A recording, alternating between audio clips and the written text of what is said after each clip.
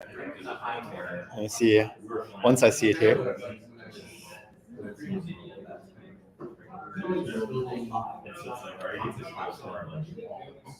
Let's have more server. Like you said, it's hard to know which service is costing us money compared to revenue. So I feel like somebody has like, oh, we should do this thing, but I feel like, gosh, it's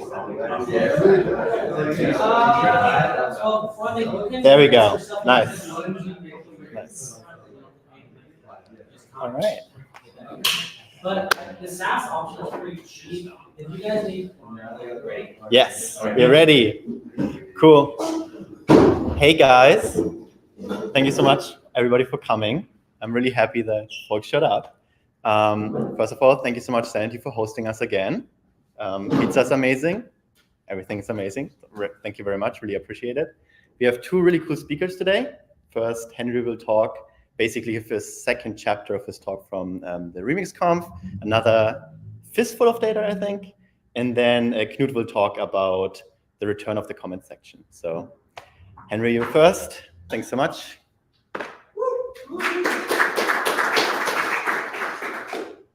All right. So I'm assuming this is working. Yeah, we're good. Thank you very much for having me. I'm glad to be back in San Francisco. A warm welcome, even though it's freezing outside. I just cannot get over that. So as was mentioned, this is a bit of a sort of like a part two to my Remix Conf talk in Salt Lake City. And so I'll just start right away and I'll just say hello. And seemingly because I'm French speaking, I spell it like that. And like I said, I'm glad to be back in San Francisco. And as you guys know, we at work have different sort of names and nomenclature for the cities that we work with over at Catchpoint. So, you know, in our system, this is what San Francisco is called, EC2 US West 1. Which is a little different than the one I presented in Salt Lake. But I'm going to jump right into it. So I've been talking about this a lot, is that the web, we've been pushing boundaries nonstop. It's been actually pretty interesting to see and watch in terms of like the capabilities of the web, essentially. And this quote right here is one that I like as well, which is, the difficult we do immediately, the impossible takes a little longer. And in the 20 or some 30 years that we've been sort of like practitioners of the web and sort of like pushing boundaries, we've taken a little bit of time, but we've actually accomplished quite a little bit.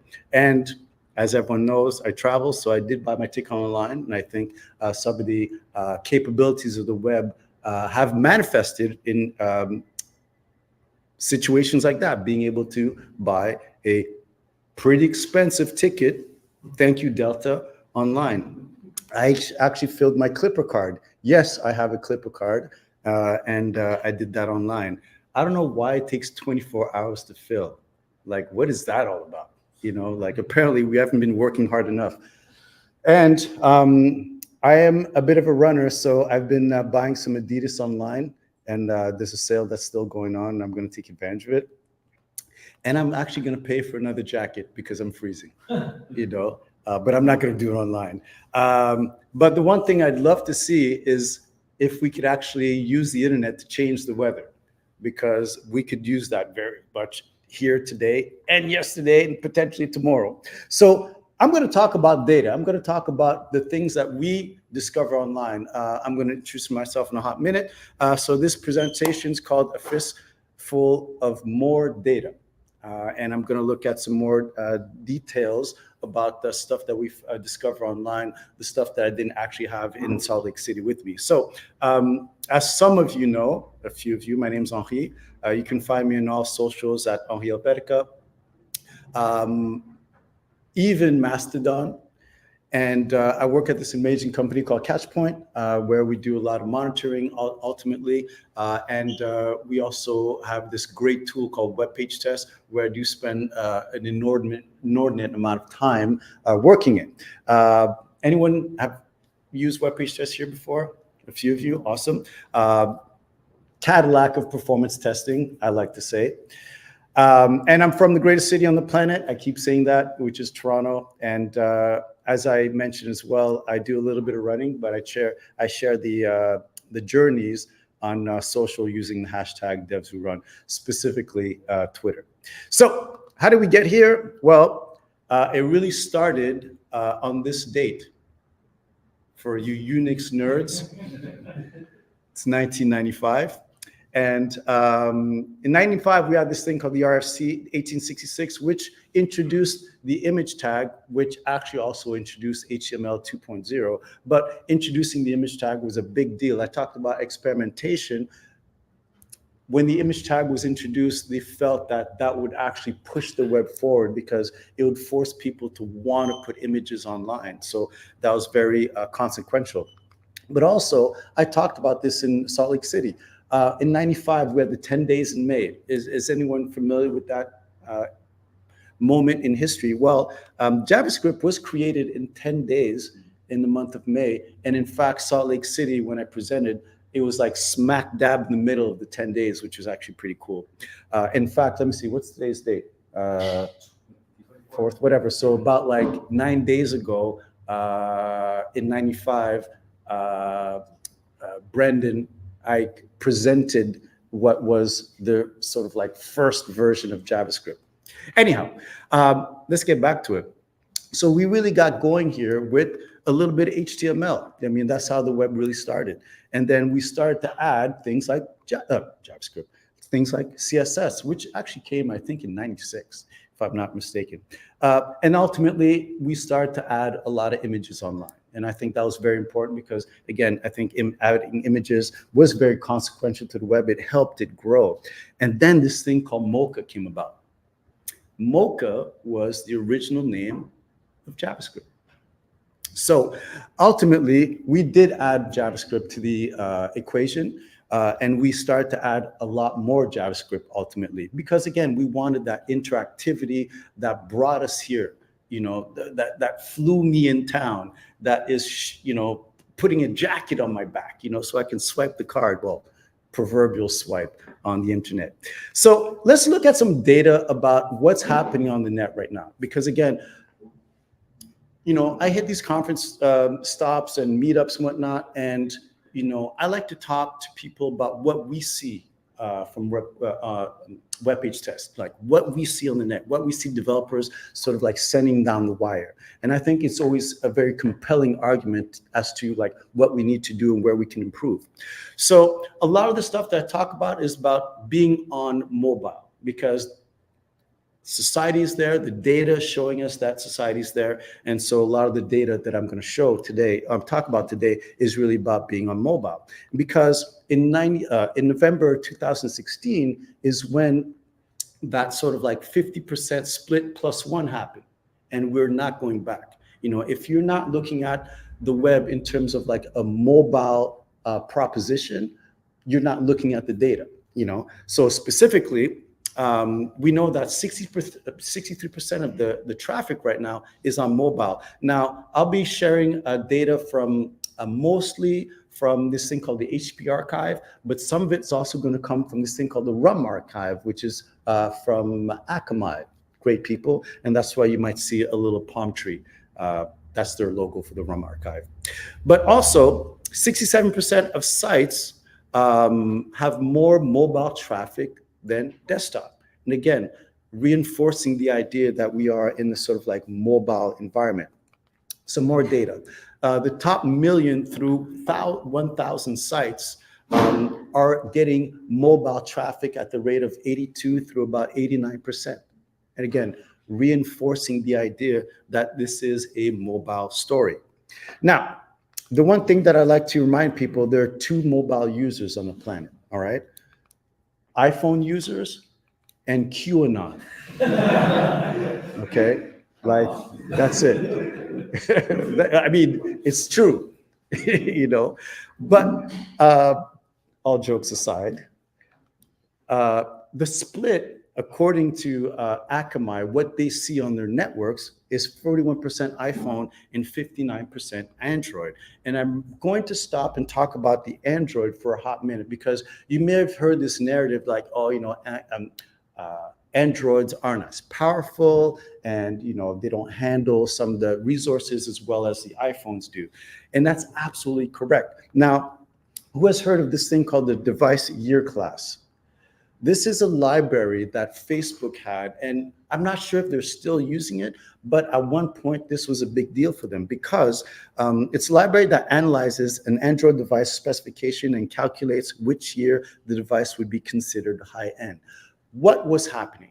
Well, we discovered, or at least they did, that say an Android manufacturer might be like, look at this new 2015 device, XXX in terms of features, but the specs were really like 2010, So we weren't seeing like, the big improvements in device capabilities on Android phones like you were seeing them on iPhones. So that's why you'll often hear the argument that Android devices aren't as powerful, and it's absolutely correct. You can, you can go to the GitHub page and see, just Google device year class from Facebook, and they've talked about it a few times. So let's get into some details like images, because again, when we talked about data coming down the wire, we have to talk about images all the time. I'm not going to talk about video simply because images are much more prevalent. Now, at the 75th percentile, we're sending about 2.5 megs of images down the wire. Got it. Now, we're going to see eventually that a lot of this data does have, there are consequences to sending all this data down. Now, and something else that I want to talk about is the fact that when we send images down the wire, there are some best practices. One of them is lazy loading. And we're finding out that, again, through the data that we're seeing under the hood, that 75% of pages did not contain loading lazy. Now, once upon a time, lazy loading was like a big deal. It's like, okay, how can we implement this? There were some libraries to help you do that. But now a lot of that is pretty much baked into the browser. The browser's capabilities have come a long way since, I think, 2019, 2020. So these are things that we want to make sure we implement as much as possible. Now, another challenge that we see is that the fact that almost 45% of images are in a lossless format, meaning they're as PNGs, meaning they're as GIFs. And is that necessary? We don't personally think so. Now, in fact, 85% almost are not in a modern format. And that's where, again, we talk about, the capabilities of the web, the capabilities of the browsers, the formats that we have available to us. Now, I remember a couple of years ago, I sort of put together a meetup around images, something that I like to talk about. And at the time, WebP was pretty much supported everywhere. So the fact that we're still using PNGs out there, which is lossless, there's an argument for that not to happen. The fact that we're still using JPEGs, and again, I talk about this because the JPEG turned 30 last year, and we have this sort of like, remember, what do you call that show? Peanuts, Charlie Brown and stuff. And there was that one guy with the blanket, and he just held on to it all the time. Like, that's like the JPEG. We're holding on to the JPEG because it's like, oh man, it's so cozy. We don't really need it for the web. As an aside, I realized that we've got into the space where the web has become, we've been so sort of like, how can I put it? Like we've created formats that are exclusive to the web, because I think the web has required for that to happen. But people have just, again, been so comfortable with the JPEG because the JPEG will show up anywhere you want it to. The WebP, not necessarily. The AVIF, not necessarily. But they're there for the web, and we should be using them. Anyways, that's me coming off my soapbox.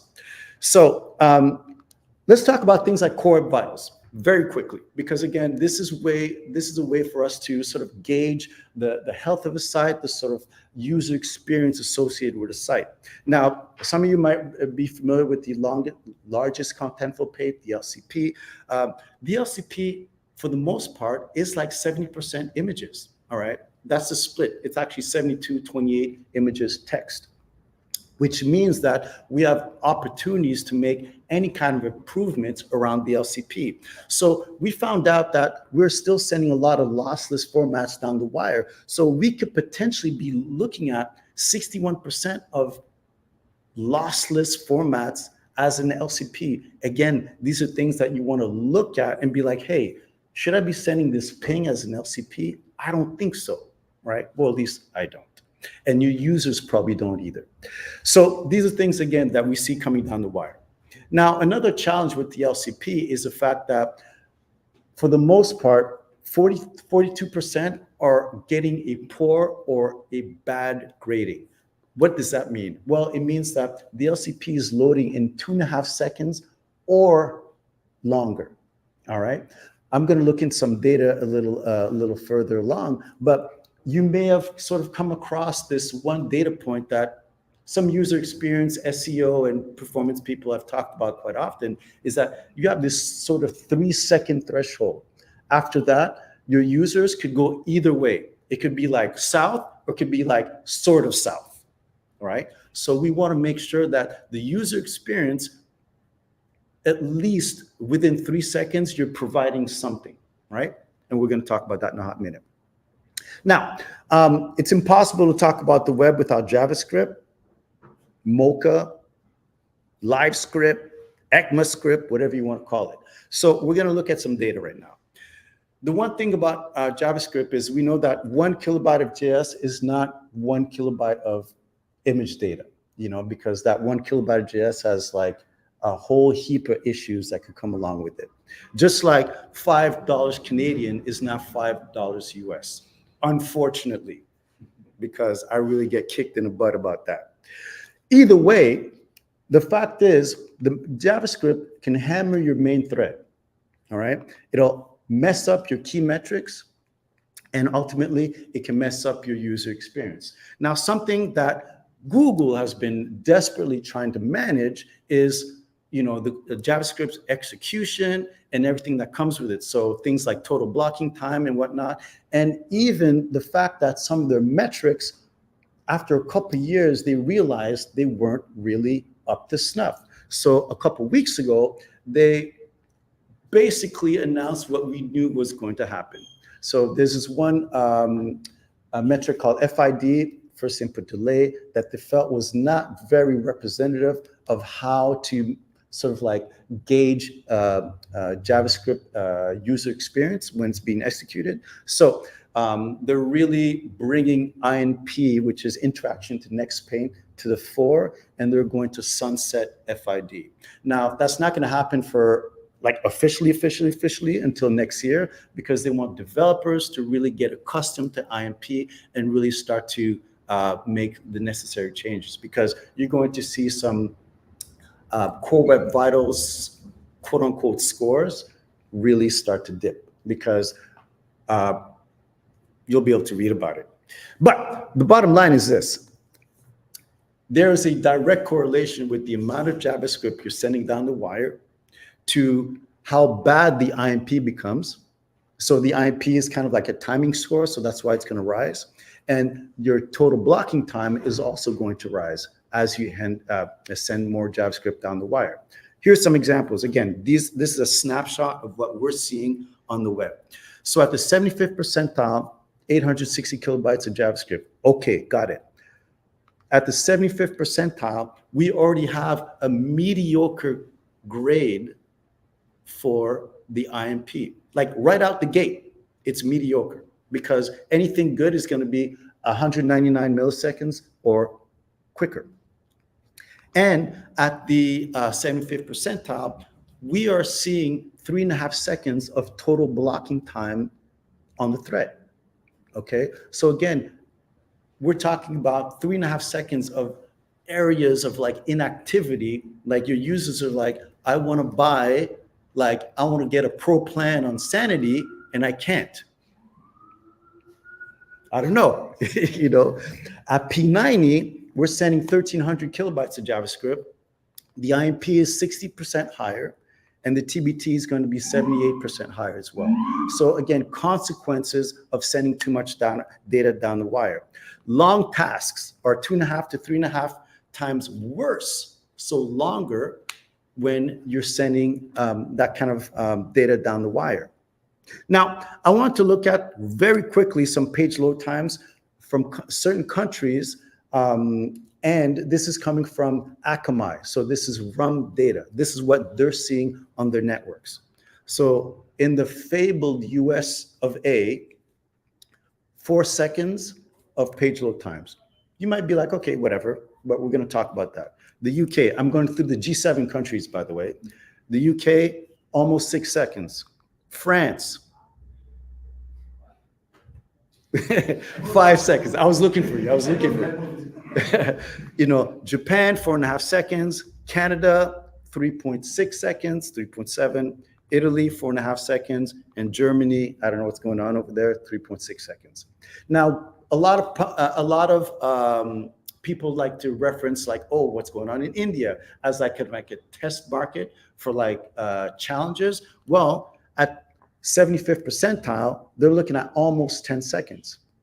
Now, I've brought that up again to give you an idea of that 3-second threshold, right? At 3 seconds, your users start to like waver, and everyone was over 3 seconds right there. All right, so these are the little things I want you to keep in mind. Now, another thing that I didn't talk about in Salt Lake is this thing called rage clicking. These rage clicks. So this is an unofficial metric that it seemed weird at first, but Akamai is keeping track of it. Google's also keeping track of it. And what is a rage click? The official definitions has to do with the amount of times you're tapping a particular area in succession. And they're trying to figure out how to sort of like create like an official metric because it's a little complicated. It has to do with like the area and then, you know, like 10 pixels kind of like circumference around it. I don't know. It's a little complicated. But the fact is they're tracking the data, and that's important. So rage clicking actually starts at the 20th percentile. Like some of the smallest sites, you're seeing people who are like, what's going on here? It's not working. And that is indicative of the fact that, again, it could be a low-powered device, but we're seeing user frustration, all right? At the 70th percentile through P50 up to P80, we're seeing a 50% increase in rage clicking. Between P80 and P90, a 66% increase in rage clicking. And also, we know that in that range, there's way more JavaScript coming down the wire. All right, so there is a correlation being created there. Now, in sort of wrapping up, I love this phrase right here. Just be conservative in what we send. Again, we just pop open the hood and we see what's going on. And we see that developers are like, okay, it looks good, we're fine.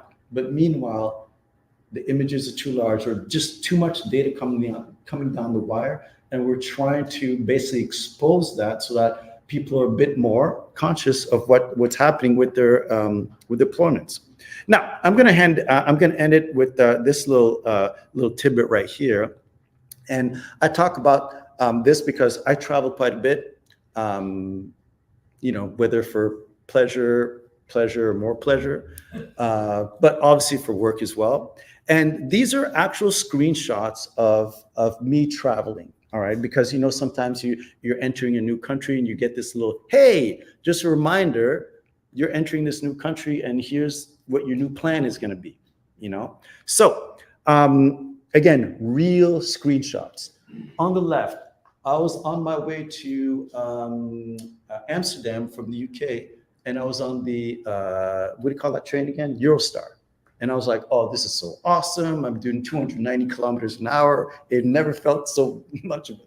But I got this warning saying like, I'm about to pay just over £7 per megabytes, all right? And I was just like, whoa, I'm not doing anything today. And, but I was on my way back to Canada because sometimes when I'm traveling, I'll just grab another SIM from like wherever I'm at. I thought, you know, that's like common practice. And I got a warning that my roaming costs were about to be $51 per megabytes. Like, it's like shockingly crazy that that could be the actual amount, but it was. And I just want to let people know that, you know, data is expensive. You know, I'm bragging about the fact that, you know, I got this sale and I get 100 gigabytes of like LTE or 5G, whatever it is. But, you know, you leave like the comforts of like some G7 countries or whatever, depending on the plans, like these are the kind of things that are happening. So ultimately, we just want to make people realize that what seems like, you know, fairly trivial to have like excessive data coming down the wire actually does have real costs. And, you know, I could talk about another situation through like sustainability, that's completely different. But so yeah, that's really it. And, you know, we talk about this simply to get people, again, to realize that, you know, these are real data points and they can be researched easily. If you go to the HP archive, fantastic trove of data. And if you go to rumarchive.com, you'll see some of that as well. So with that being said, man, thank you very much for everyone looking from the internet, whatever, what's up. And if you have any questions, I'm around. And yeah, that's it.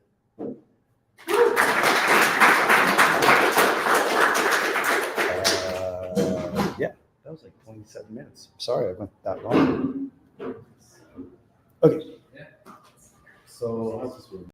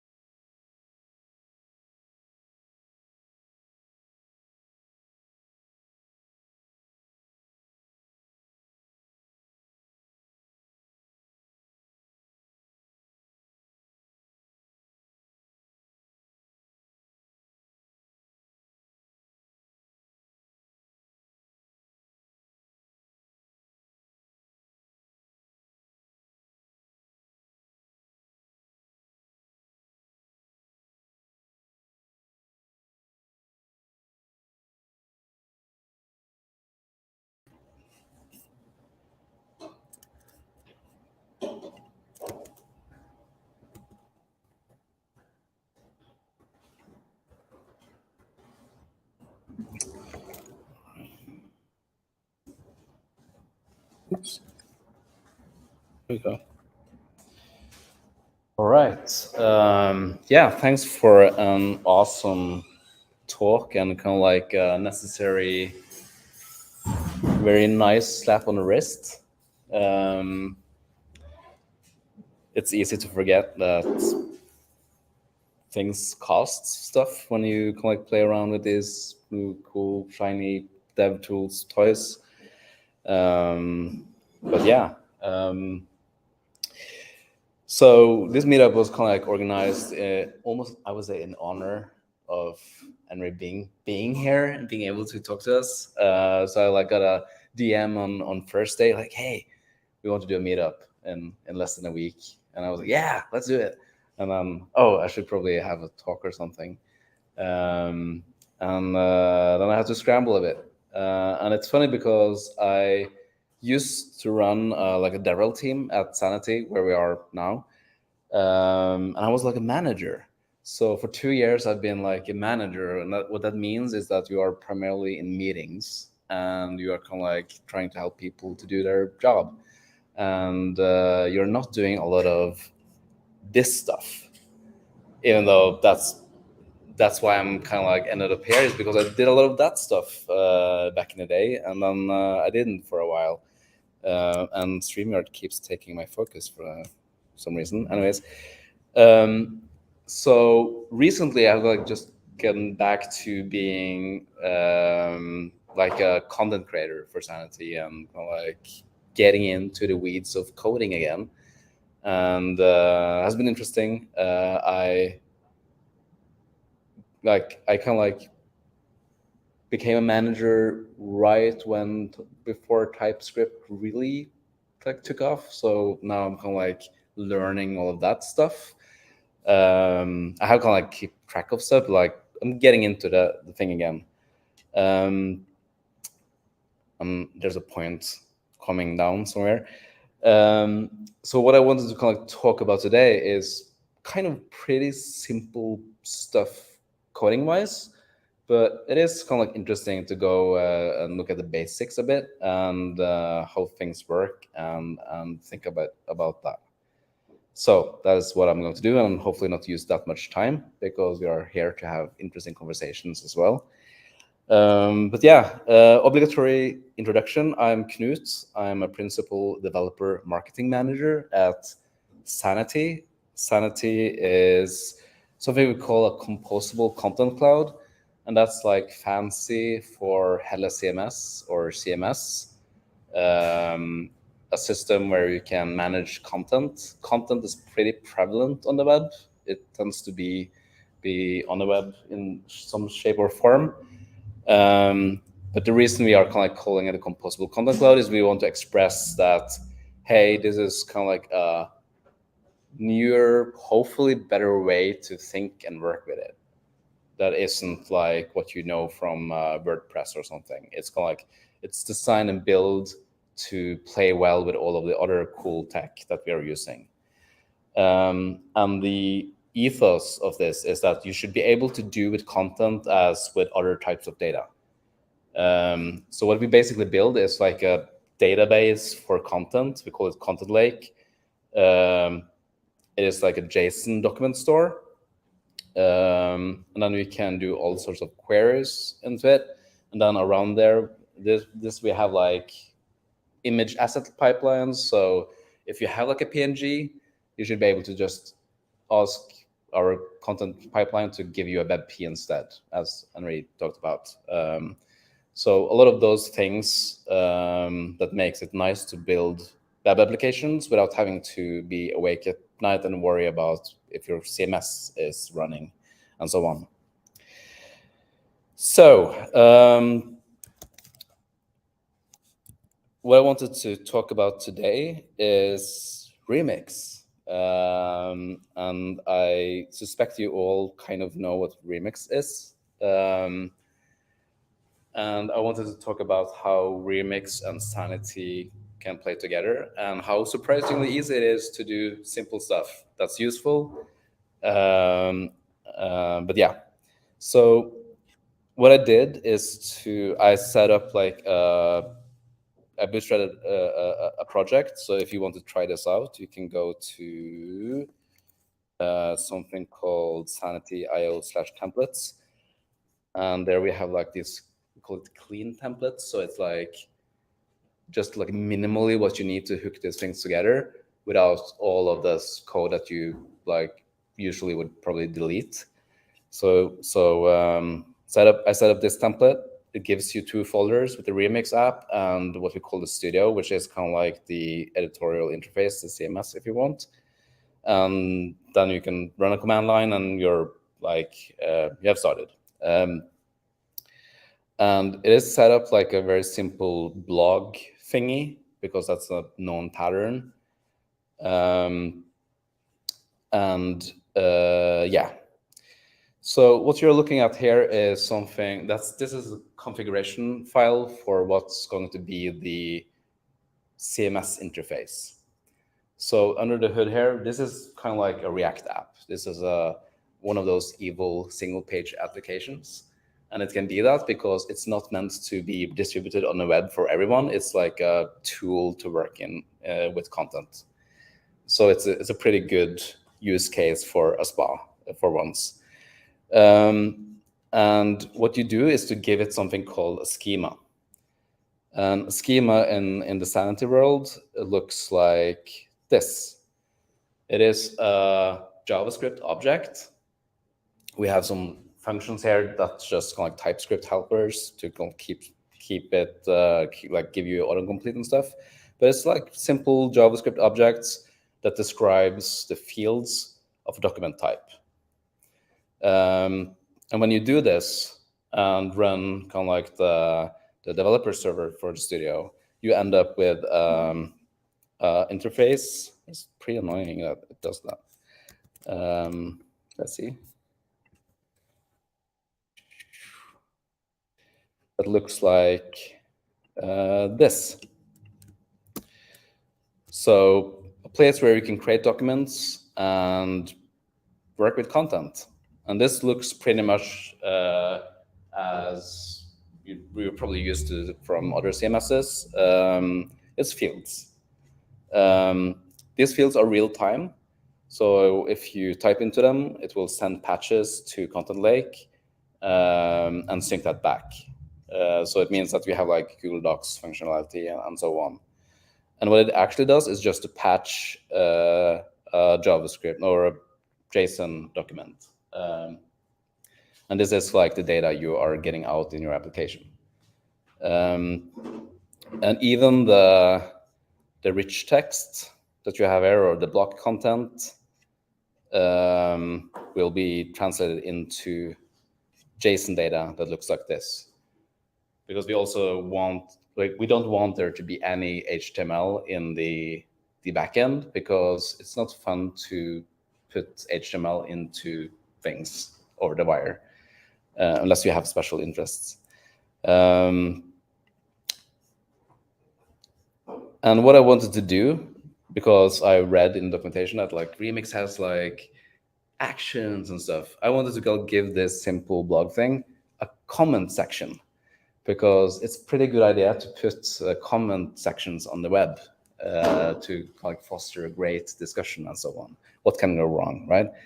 Also because I started out as a WordPress developer, so I have some nostalgia for that. And I wanted to kind of see how easy is it to get a form up and running that actually mutates data in the backend. Let's see. So what I did first is you kind of don't need to do it, but I did it anyways. I defined a comment schema. And it's like text, name, email. This is roughly what WordPress has. Pretty out of the box. Then it has something called a reference to a post. And this is a capability in Sanity where you can have kind of like pointers between documents. And which is awesome is that you can query for them, so you can like join documents, and you can also obtain referential integrity. So if you have an offer document and the offer document is referenced to from a post document, it will prevent me from deleting the offer document that the post document relies on. And that's pretty awesome if you have interdependencies and so on. And that's why I also have set this to weak, so I'm able to delete posts even there's comments on them, because I don't care if the comments are there, right? And in the interface, wow, this is super annoying. You will get kind of like this new document type that looks like this, where we have a comment. Obviously, I don't want my website visitors to go in here to put comments, but like this is a representation I have on the back end. And you can see that I have like put a little bit of like moderation control. So there's like a switch that sets it to publish, not yes or no, kind of, because I don't want to have comments right out on the website. And here's the reference field that I had that looks like this. And in the JSON document, it will be kind of like this kind of data. It's just like a property that has the ID of the post document. So far, so good. So that's all like the Sanity stuff. In Remix, this looks like this. So the route we have here, like the index route, the surprisingly little code is basically this.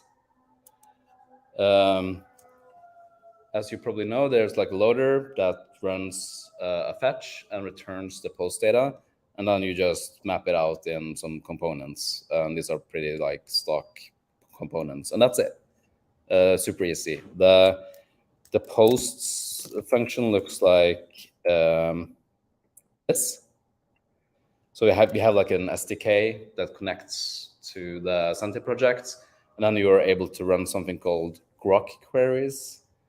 So this is like SQL for JSON. It's a new query language. It's not that new anymore. It has been around for at least 6 years.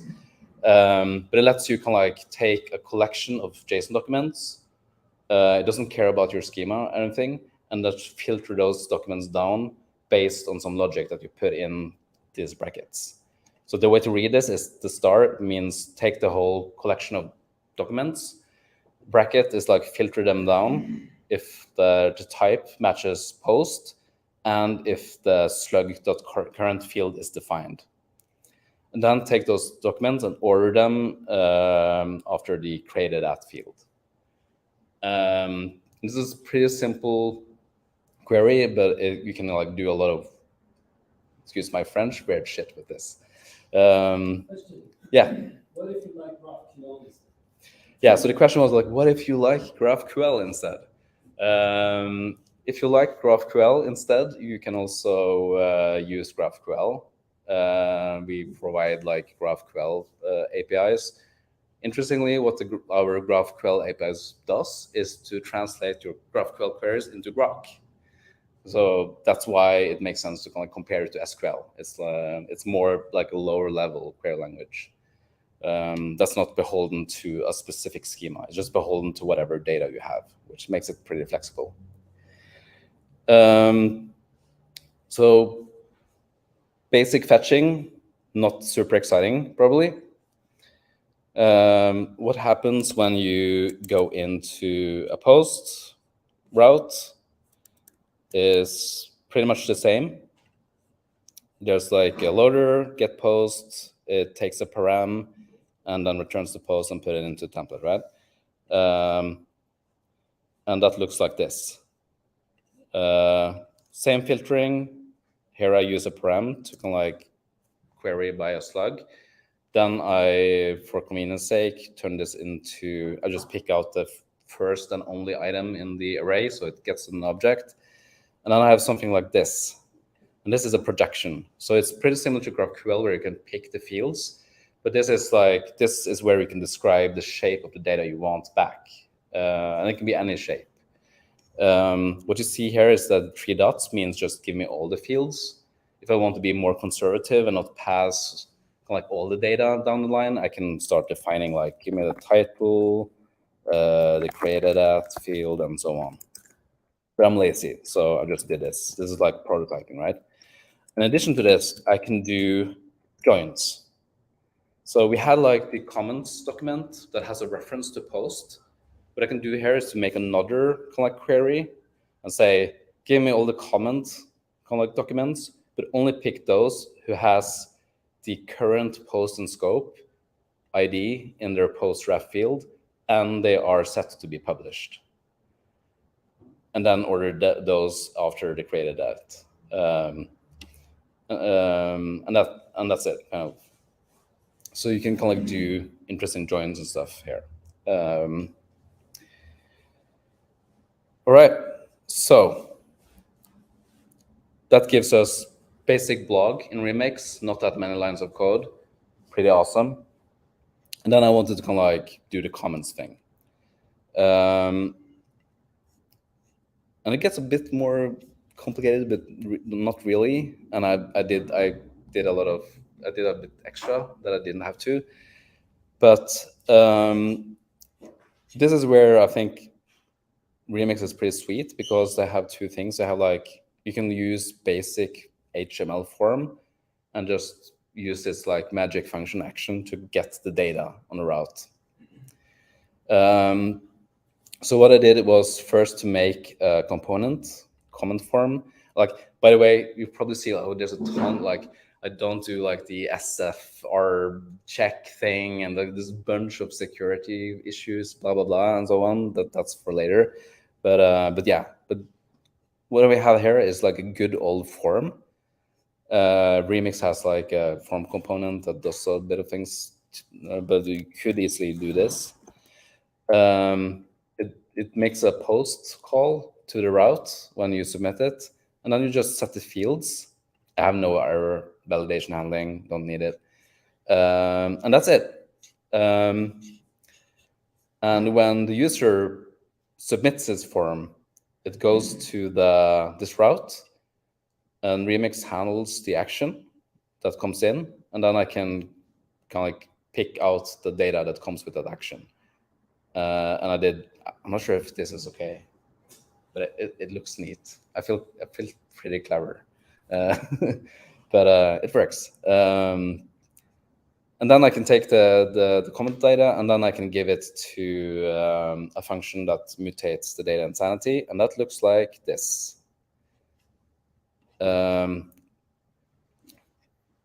We have like a token, a client that has a token, so that runs server side, that allows it to write data to the content lake. Then I set up the JSON document I want, so it has like the post reference, the name, email, text, and then it just creates it and returns the data from the document that I created. Pretty simple. And that's kind of like it. That's like a comment system. Pretty banal, but pretty awesome that I can get to that place very quickly with this tool. And now the time for the proof is in the eating of the pudding, right? Let's see if I go to this route. There'll be a comment section here. It's pre-filled. We can look at that after. Hey, Taco. Then can submit it, and it should be written to the Content Cloud. So also just to show you the real-timiness.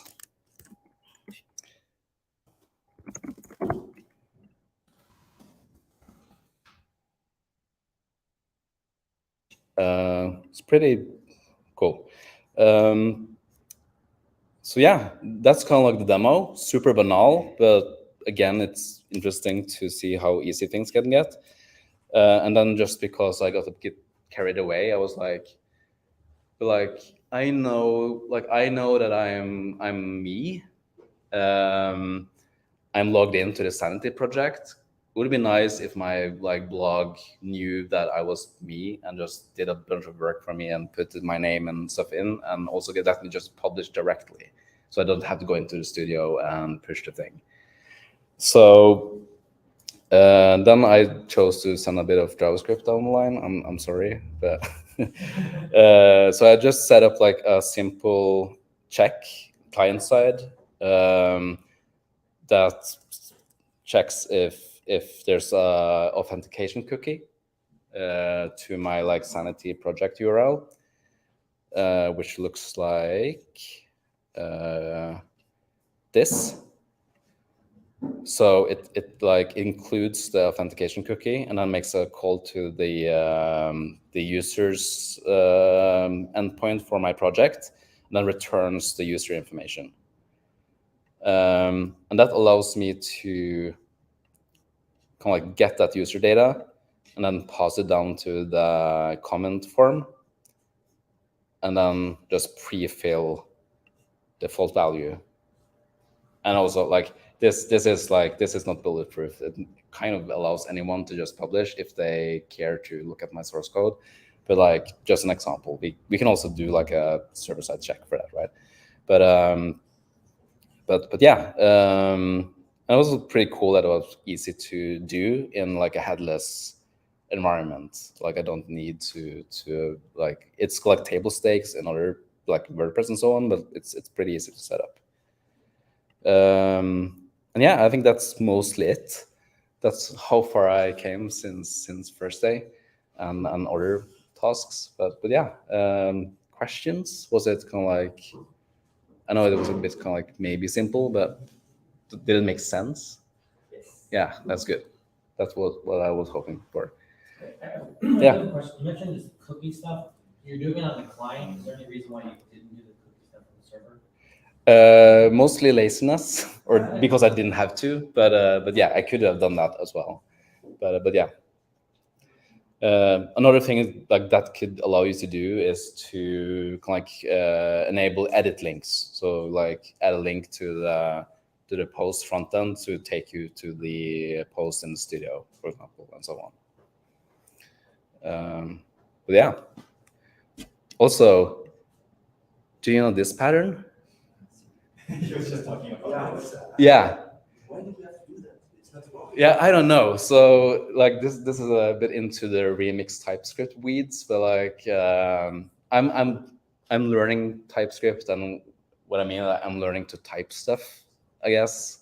I'm not, but if you try to do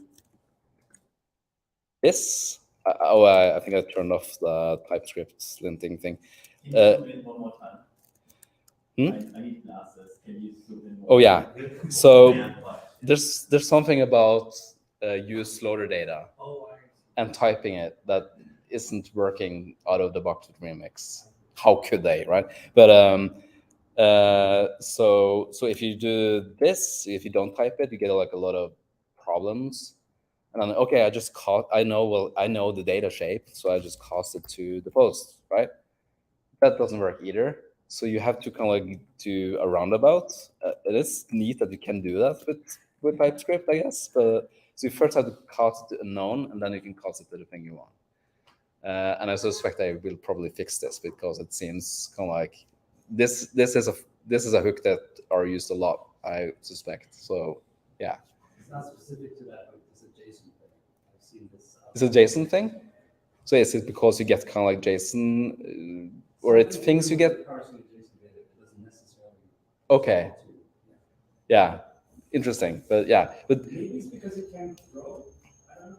What's the type of post if you don't do any Yes. Do you have any dates on post? Like a curly stat? Oh, you put it as a string. yeah, I guess I should have like made it a date, but yeah, it might be that. I don't know how TypeScript can build or how it's gonna, I guess, serialize that stuff like main image. I feel like they have that weird serialized object type that gets used that causes all the problems. Yeah, serialized whatever. Yeah. Yeah. You have to parse the dates because over the buyer, right? Everything's stringified and Oh. dates go to strings. His dates are strings, so. Oh. Yeah. The main image. Oh yeah, that this is mostly just it's like metadata stuff. Yeah, but where you get all of the, when you upload an image to Sanity, we parse the image and we write all the metadata to a document, so you can also query images by color or whatever. But yeah, anyways, but I will look into the date thing and all of that. But it seems like a common stumbling block for sure. But yeah, and only surface level touch on what you can do with the studio. The studio is built to be customized, so there's like a bunch of entry points. If you want to use your own input components and so on, you can kind of like make it what you want, basically. But yeah, I will stop now. I will restrain myself. Okay, thank you. And if you are, I put this code on the hub if you are interested in looking at it. And give a PR to that type thing. Right, thank you. Let's see, that's all from the stream.